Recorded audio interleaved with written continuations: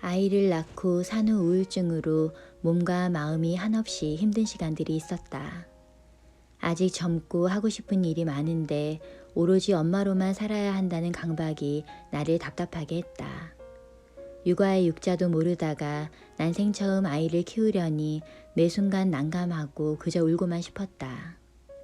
열심히 블로그를 뒤지며 멋진 육아템으로 무장해 부족한 자신감을 채우려고 노력했지만 그렇게 산 물건들은 나와 아이에게 맞지 않았다. 그렇다고 버리기에는 아까워 그 많은 짐을 잔뜩 쌓아두고만 있었다. 짐이 많으니 청소를 한다고 해도 이쪽에서 저쪽으로 옮기는 일의 반복일 뿐 실제로는 전혀 정리가 되지 않았다. 치워도 치워도 끝이 보이지 않는 집안일에서 그저 벗어나고만 싶었다. 물건을 버리지 않고 정리만 하다 보니 자연스레 수납장도 많아졌다. 넓은 거실창이 있었지만 높은 수납장들 때문에 햇볕이 전혀 들지 않았다. 낮에도 불을 켜야만 하는 어두운 집이 되어버렸다. 그런 와중에도 비울 생각은 하지 못한 채 수납장만 꾸역꾸역 늘리며 물건을 모시고만 살았다. 미적 감각도 없고 제대로 꾸미지도 못하면서 어떻게든 인테리어를 해보려고 많은 시도를 했다. 그 중에 최악은 친척이 주고 간 포인트 벽지를 방마다 바른 것이었다. 가지각색으로 요란하게 벽지가 발린 방은 그야말로 어수선 그 자체였다. 그런 집은 우울함을 증폭시켰다. 집에 있고 싶지가 않았다. 집에서만 벗어나면 우울증이 나아질 것만 같았다. 그래서 새롭게 자격증을 취득하고 직장에 다니기 시작했다. 아이도 어린이집에 맡겼다. 그러나 우울증을 극복하고 싶어서 선택한 직장 생활은 녹록지 않았다. 언제나 시간이 부족했고 신경 쓸 것은 더 많아졌다. 집에 있을 때는 대충 입었는데 직장에 다니게 되니까 신경 써서 옷을 입어야 했다.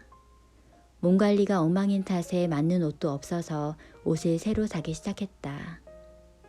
가격에 맞춰 대충 옷을 사다 보니 사도 입을 옷이 없었다. 아이와 놀아주는 대신 밤새도록 마음에 드는 옷을 찾는 데 시간을 보냈다. 허나 최저가로 산 옷들이 마음에 들 리 없었다. 싼 맛에 입다가 다시 사기를 반복했다.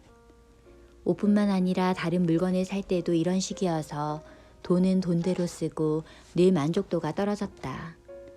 쌓여만 가는 옷과 물건을 보면서 한숨만 푹푹 내쉴 뿐 아까워서 버리지는 못했다.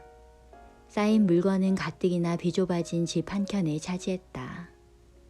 일을 마치고 돌아오면 체력이 바닥이 났고 아이들을 정성스럽게 돌보기는커녕 사소한 일에도 예민해졌다. 마치 내 안에 다른 누군가가 있는 것만 같았다. 아이들의 사소한 실수에도 소리 지르기 일쑤였고 미친 듯이 화를 내고 난 다음에는 잠든 아이들을 보며 자책감에 시달려야 했다. 본질적인 문제는 아이들과 함께 보내는 시간이 부족한 것이었는데 아이들과 함께하는 시간을 늘리는 대신 장난감이나 외식으로 미안한 마음을 대신했다. 사랑을 돈으로 때우려니 아이는 아이대로 나는 나대로 만족스럽지 못했다. 이러려고 돈을 벌고 직장을 다닌 게 아니었다. 아이를 잘 키우지도 돈을 잘 모으지도 그렇다고 살림을 잘하지도 못하는 내가 싫었다. 그냥 모든 걸 다 포기해버리고 싶었다. 도대체 나는 무엇을 위해 이런 삶을 살고 있는 것일까? 곤히 잠든 아이들의 모습을 보며 자책하게 되었다. 그리고 근본적인 원인에 대해 생각하게 되었다. 단순하게 생각하면 나는 그저 일 끝나고 돌아오면 편안하게 쉬고 싶었다. 그런데 집에 돌아오면 아이들과 눈을 마주치기도 전에 치워야 할 집안일부터 눈에 들어왔고 한숨을 돌릴 시간조차 없는 삶이 너무 원망스러웠다. 일단 무엇보다 치워도 구질구질한 집이 너무 싫었다. 우리 집에는 왜 이렇게 물건이 많은 걸까? 지긋지긋해. 싹 다 버려버리자. 방치된 집에 대한 지긋지긋한 마음이 어느 날 폭발했다. 구질구질한 것들을 버리기로 마음먹은 순간 나는 바로 실행에 옮겼다. 가장 먼저 쓰레기부터 버렸다. 그 다음은 현재 나에게 맞지 않는 것, 지금 당장 안 쓰는 것들을 비웠다. 한 공간씩 비워질 때마다 내 마음도 시원하게 뚫리는 것만 같았다. 수없이 버려지는 물건 속에서 나는 아무렇게나 내버려뒀던 그간의 나의 모습을 볼 수 있었다. 무엇인가를 완벽하게 해내고 싶은 내 완벽주의가 물건을 이고지고 살게 한 원인이었다. 부족한 부분을 가리고 완벽하게 보이기 위해 물건을 사들였지만 그것은 착각이었다. 물건은 나를 변화시킬 수 없었다. 오히려 그런 물건들을 비워내자 마음이 정리되었다. 하고 싶은 게 없어서 막막했는데 공간에 여유가 생기니까 내가 하고 싶은 일이 무엇인지 진지하게 생각해 볼 수 있었다. 그리고 하고 싶은 일이 떠오르면 바로 실천했다. 그렇게 하나씩 하나씩 미루었던 일들을 하기 시작했다. 제일 먼저 했던 것은 바로 도배였다. 집안을 우중충하게 만들었던 얼룩덜룩한 벽지를 걷어냈다. 그렇게 나의 얼룩진 인생과도 안녕했다. 도배 덕분에 깔끔해진 방을 얻을 수 있었고 이어 수납장들도 비워냈다. 가구가 사라지자 집이 숨을 쉬기 시작하는 기분이었다. 더는 불을 켜지 않아도 되는 밝은 거실, 광명을 찾은 것이다. 지긋지긋하게만 느껴졌던 집안일도 엄청 줄었다. 우리 집 식구들은 정리정돈을 못하는 줄 알았는데 그저 물건이 너무 많은 것이었다. 가족들과 함께 쓰는 물건은 대화를 통해 자리를 정했고 덕분에 더 이상 혼자만 집을 치우지 않아도 되어서 좋았다. 많다고 느껴졌던 집안일도 아이들과 함께 놀이처럼 하게 되었다. 또한 쓰고 난 다음엔 꼭 제자리에 놓기를 습관화하도록 했다. 이전보다 물건을 찾는 일이 눈에 띄게 줄어들었다. 이제는 일을 마치고 집에 왔을 때 쉴 수 있어 너무나 행복하다. 물건이 적은 생활의 큰 장점은 바로 청소할 필요가 없어지는 것이다. 청소가 쉬워지고 쾌적한 공간을 유지할 수 있으니 말이다. 특히나 청소와 정리를 못하는 사람일수록 정리할 물건을 적게 두는 것이 좋다. 정리를 굳이 하지 않아도 물건이 워낙 적기 때문에 쓰고 나서 바로바로 그 자리에 놓아두기만 하면 되고 굳이 시간을 들여가면서 혹은 일부러 날을 정해서 청소할 필요가 없어진다. 청소를 아예 안 할 수는 없겠지만 적어도 최소한의 시간을 들여 끝낼 수 있다. 바닥에 물건을 놓지 않는 습관도 청소를 더 쉽게 만든다. 바닥에 물건이 많으면 청소할 때 일일이 물건을 들어 올리면서 해야 하니 번거롭고 청소 시간도 길어진다. 그러나 아무것도 놓여있지 않은 바닥은 치울 게 없어서 밀대걸레로 닦기만 해도 금방 청소가 끝난다. 회사에서도 마찬가지다. 사무실 책상 중 유독 내 책상에 물건이 없다. 책상에 물건이 없으면 서류 몇 개만 있어도 눈에 띄고 먼지도 더 잘 보인다. 그래서 책상을 더 자주 닦게 된다. 책상 위에 물건이 없으니 물티슈로 쓱쓱 닦아주는데 1분도 걸리지 않는다. 정리된 공간에 있으니 집중도 더 잘 되고 일도 더 잘하고 싶다는 생각이 드는 것은 물론 내가 나 자신에게 대접받는 기분이 든다. 더러운 줄 알면서도 치우지 않고 미루면 스스로를 그런 공간에 살아도 되는 존재로 여기게 된다. 반대로 집이든 회사든 어디든지 내 자리가 깨끗하면 나는 늘 깨끗하고 쾌적한 공간에만 있는 사람이 되는 것이다. 스스로를 대접할 줄 아는 사람이 다른 사람에게도 하찮은 대접을 받지 않음은 물론이다. 나는 미니멀 라이프를 통해 진정한 쉼을 얻게 되었다. 또 나에게 필요한 것은 이미 모두 갖추었음을 깨닫게 되었다. 사람은 새로운 것에 금방 익숙해지는 존재다.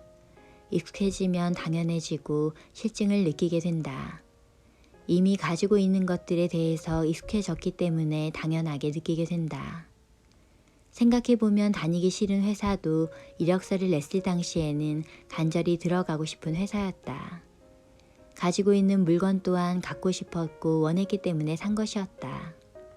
그러나 시간이 지날수록 감사한 마음은 사라지고 실증과 불평이 몰려온다. 새로운 것을 통해 행복을 갈망하지만 결코 이루어질 수 없는 반복일 뿐인 것이다. 우리가 집안에 물건을 쌓아두고 식탐과 같은 욕망을 절제할 수 없는 것은 스스로 만족하지 않아 채워지지 않은 욕구 때문일 것이다. 그러나 애당초 채워질 수 없는 욕구라면 채우지 않고도 만족을 느끼는 것이 답이다. 지금 가지고 있는 것에 만족하지 않는다면 더 소유한다고 해서 행복해지지 않을 것이다. 엄청난 부자가 되든 좋은 차를 사든 족함을 알지 못하면 아무리 많은 것을 가진다 해도 만족할 수 없다. 특별한 무언가를 더 해야만, 더 가져야만 행복해지는 것은 아니다. 타인과 나의 다름을 인정하고 비교하지 않으며 가진 것에 만족하며 사는 것만으로도 불행의 원인은 사라진다. 그저 작고 소소한 일에 기쁨을 느끼고 자신이 가지고 있는 것을 최대로 즐길 수 있다면 그게 행복이다. 사람은 자기 분수에 맞는 삶, 가지고 있는 것에 만족하는 삶을 살고 있다고 느낄 때 진정한 행복을 누릴 수 있다. 나는 지난해 마음이 괴로워서 하루하루 힘들 때 감사 일기를 쓰기 시작했다. 그렇게 100일 동안 감사한 내용을 정리하면서 삶을 바라보는 관점이 달라졌다. 사지가 멀쩡하고 스스로 호흡을 하고 밤에 잠을 푹 잘 수 있다는 것이 얼마나 감사한 일인지 깨닫게 되었다. 내가 당연하게 생각했던 것들이 사실은 당연한 것이 아님을 알게 된 순간 내 삶은 너무나도 행복해졌다. 이대로도 충분하다고 느끼는 만족과 감사는 내 삶을 더욱 풍요롭게 해주었다. 행복은 늘 내 곁에 있다. 가지지 못한 것보다 내가 가지고 있는 것에 감사함을 느끼며 사는 것이 행복을 느끼게 하는 포인트다. 이 귀중한 깨달음을 얻은 후로 더 이상 남과 비교하지 않으며 있는 모습 그대로의 나를 인정하고 사랑하기로 마음먹었다. 불안한 미래를 위해 현재를 희생하는 삶은 살지 않기로 했다. 그래야 미래의 나도 과거인 오늘을 후회하지 않게 될 것이니 말이다. 마치 여행처럼 몸과 마음의 짐은 가볍게 하루하루를 만끽하며 감사하는 삶이야말로 진정한 미니멀 라이프의 모습이 아닐까. 지금 우울하고 좌절감에 놓여있는 상태라면 미니멀 라이프를 권하고 싶다. 이전의 나처럼 감당해야 할 것들이 너무 많아서 힘든 것인지도 모른다. 몸과 마음이 지쳐있는데 쉴 수 없고 마냥 포기하고만 싶은 상태라면 지금이 바로 비우기를 실천할 때이다. 비움을 통해 마음을 정리하고 우울함도 떨쳐내면 물론 한 걸음 내디딜 수 있는 힘도 얻게 될 것이다. 집은 몸이 쉬는 곳이기도 하지만 마음이 쉬는 곳이기도 하다. 몸과 마음이 쉴 수 있는 방 한 곳을 마련한다면 마이너스의 삶에서 플러스의 삶으로 분명 전환할 수 있을 것이다.